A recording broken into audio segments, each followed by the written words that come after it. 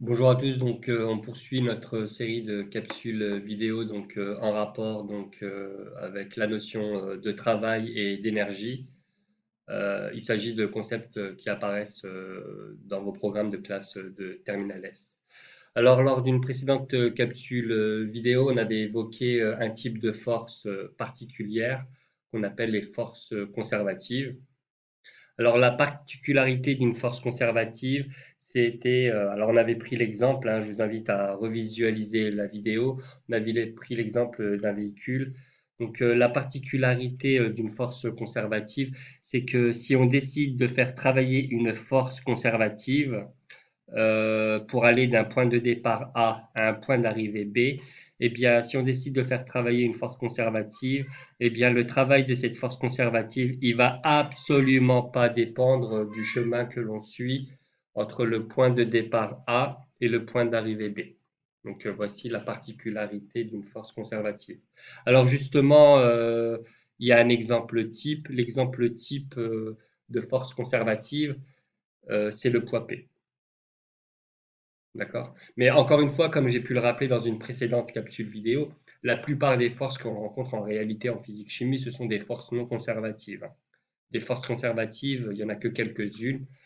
Bon, il y en a une qui est très connue, c'est le poids P. Là, justement, dans le paragraphe petit b, on va chercher à démontrer que le poids P, c'est une force conservative.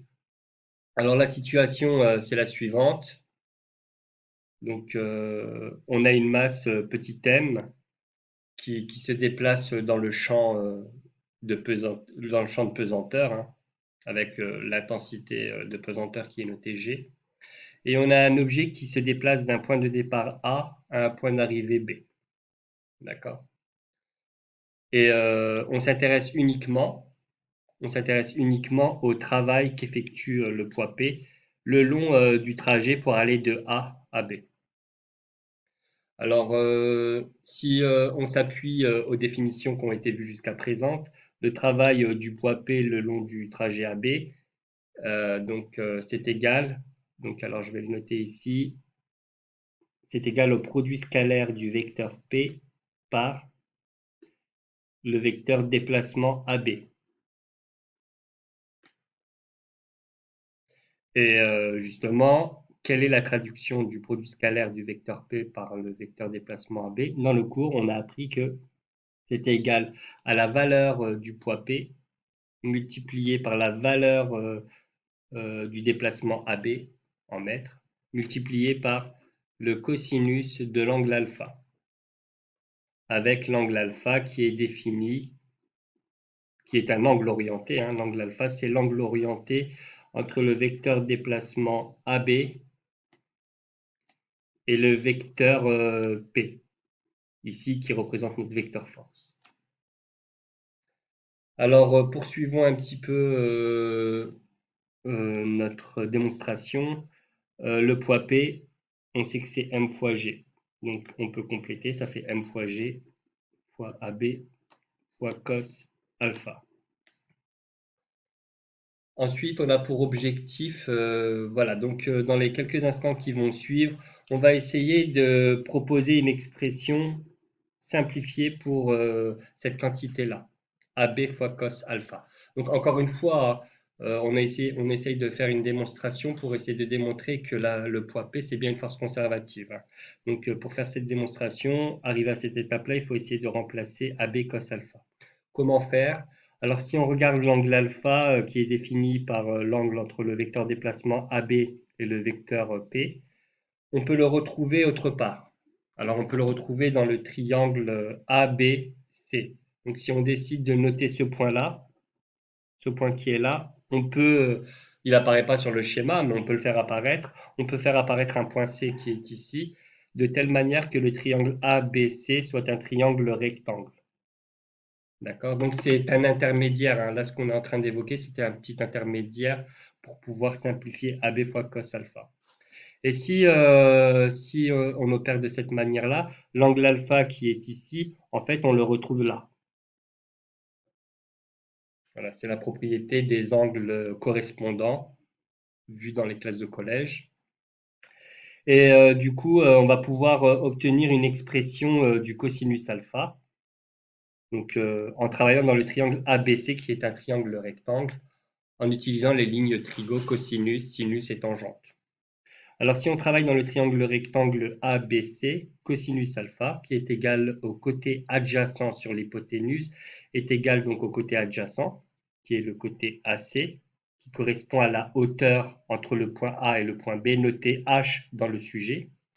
Donc, c'est égal à H, côté adjacent, divisé par la longueur de l'hypoténuse, qui représente la longueur AB. Ainsi, en faisant un produit en croix, on obtient que petit h, c'est égal à AB fois cos alpha.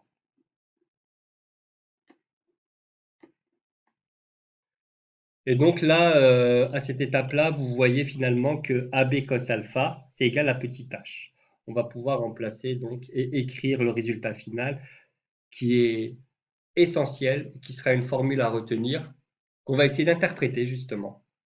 Donc le travail du poids P, lorsqu'on veut aller d'un point de départ A à un point d'arrivée B, c'est M fois G fois cette quantité-là, c'est H fois H. Alors, on va analyser un petit peu cette relation. Donc, on va analyser un petit peu cette relation. Alors, que nous dit cette relation? Alors, que nous dit cette relation? Cette relation nous dit la chose suivante. Le travail du poids P, lorsqu'on veut partir d'un point de départ à un point d'arrivée, ça ne dépend que de trois choses. Ça dépend uniquement de la masse de l'objet en kilogrammes. Ça dépend aussi de l'endroit où l'objet se déplace du point A au point B. Donc ça va dépendre de l'intensité de leur pesanteur. Donc si on est sur Terre ou sur Mars, la valeur de G n'est pas la même. Et ça va dépendre d'un autre paramètre. Le dernier paramètre duquel va dépendre le travail du poids P lorsqu'on veut aller d'un point A à un point B, ça va dépendre de la différence de hauteur, de la hauteur qui sépare le point A et le point B. Donc cette hauteur en mètres, hein. La hauteur elle est positive hein, toujours. Et c'est là que finalement on se rend compte de la chose suivante. Pour aller du point A au point B, on aurait pu suivre la ligne droite, on aurait pu suivre une courbe quelconque ou une autre. En fait, on constate que lorsqu'on veut calculer le travail du poids P, il faut juste connaître finalement la différence de hauteur entre le point de départ et le point d'arrivée. Qu'importe le cheminement qu'on suit, ben, la différence de hauteur, c'est la même. Donc, c'est ainsi que finalement, on est parvenu à démontrer que le travail du poids P ne dépend pas du chemin qu'on suit entre le point de départ et le point d'arrivée. Et donc, on vient de démontrer que le poids P est une force conservative. Ce qui nous amène donc à compléter le cours. Résultat important à connaître, le travail du poids ne dépend que du point d'arrivée, que du point de départ, et celle et celui du point d'arrivée. Donc ça ne dépend que de la position. Donc le travail du poids P, on vient de démontrer que ça ne dépend finalement que de la position du point de départ et la position du point d'arrivée. Ça ne dépend pas du chemin que l'on suit pour faire travailler le poids P. Le poids P est alors une force conservative pour toutes ces raisons. Et la formule, donc il y a une formule à connaître qui va vous permettre de calculer le travail du poids P lors d'un trajet pour aller d'un point A à un point B. La formule très pratique, ce sera M fois G fois H. Donc, toutes ces grandeurs-là sont positives. une hauteur entre la hauteur qui va séparer deux points. Avec cette formule, il faudra choisir une hauteur positive, par exemple 1000 mètres. Et le travail de la force, il pourra être moteur ou il pourra être résistant, donc on met plus ou moins. Alors on va expliquer cette petite nuance de travail moteur pour le poids et de travail du poids qui peut être résistant. Alors c'est très simple. Lorsque l'objet part d'une position A à une position B, donc lorsque l'objet descend finalement, d'accord, lorsque l'altitude du point d'arrivée est plus faible que l'altitude du point de départ, l'objet descend. Et dans ces cas-là, le poids P, ça va être une force qui va favoriser finalement la descente de l'objet. Et donc, on parle du travail du poids P qui est moteur. Il va favoriser le déplacement. Le travail du poids est moteur. Et on a vu dans un paragraphe précédent qu'un travail moteur, c'est positif. Donc on prendra le signe plus pour un travail du poids qui sera moteur. Autre cas de figure, et ça va être, alors je remonte, je vois que vous n'aviez pas. Dans la page qui suit, on va s'intéresser au travail du poids. Donc il se peut que l'objet qu'on étudie ne descende pas, mais passe d'une altitude basse à une altitude plus haute. Par exemple, on pourra imaginer, on peut supposer une montgolfière, hein, une montgolfière qui est à une altitude basse et qui se retrouve à une altitude haute, donc qui monterait grâce à une force qui serait la poussée d'Archimède.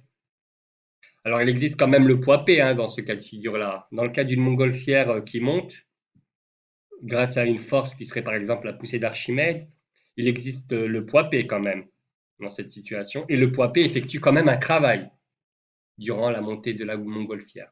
Alors vous comprenez bien que lorsqu'il y a un objet qui monte, ben, le poids P, qui lui est toujours un vecteur force dirigé vers le bas, ben, va effectuer un travail plutôt dit résistant. Donc le travail du poids P dans cette situation sera un travail négatif. Je vous laisse donc noter le paragraphe qui est le suivant. Lorsque l'objet de masse M monte dans le champ de pesanteur, le travail du poids est résistant. Et on a donc la formule, le travail du poids P dans une telle situation. C'est toujours la formule M fois G fois H, avec H qui est positif, qui est la hauteur qui sépare l'altitude des deux points, mais il y aura un signe moins. Donc voici pour cette notion voici pour la démonstration. Finalement, on a réussi à démontrer que le poids P, c'était une force conservative. Et on a vu que dans un cas, donc il y a une formule bien pratique, hein, il y a une formule bien pratique qui permet de calculer le travail du poids P lors d'un déplacement d'un point A à un point B. Il y a deux cas de figure, soit l'objet monte, soit l'objet descend.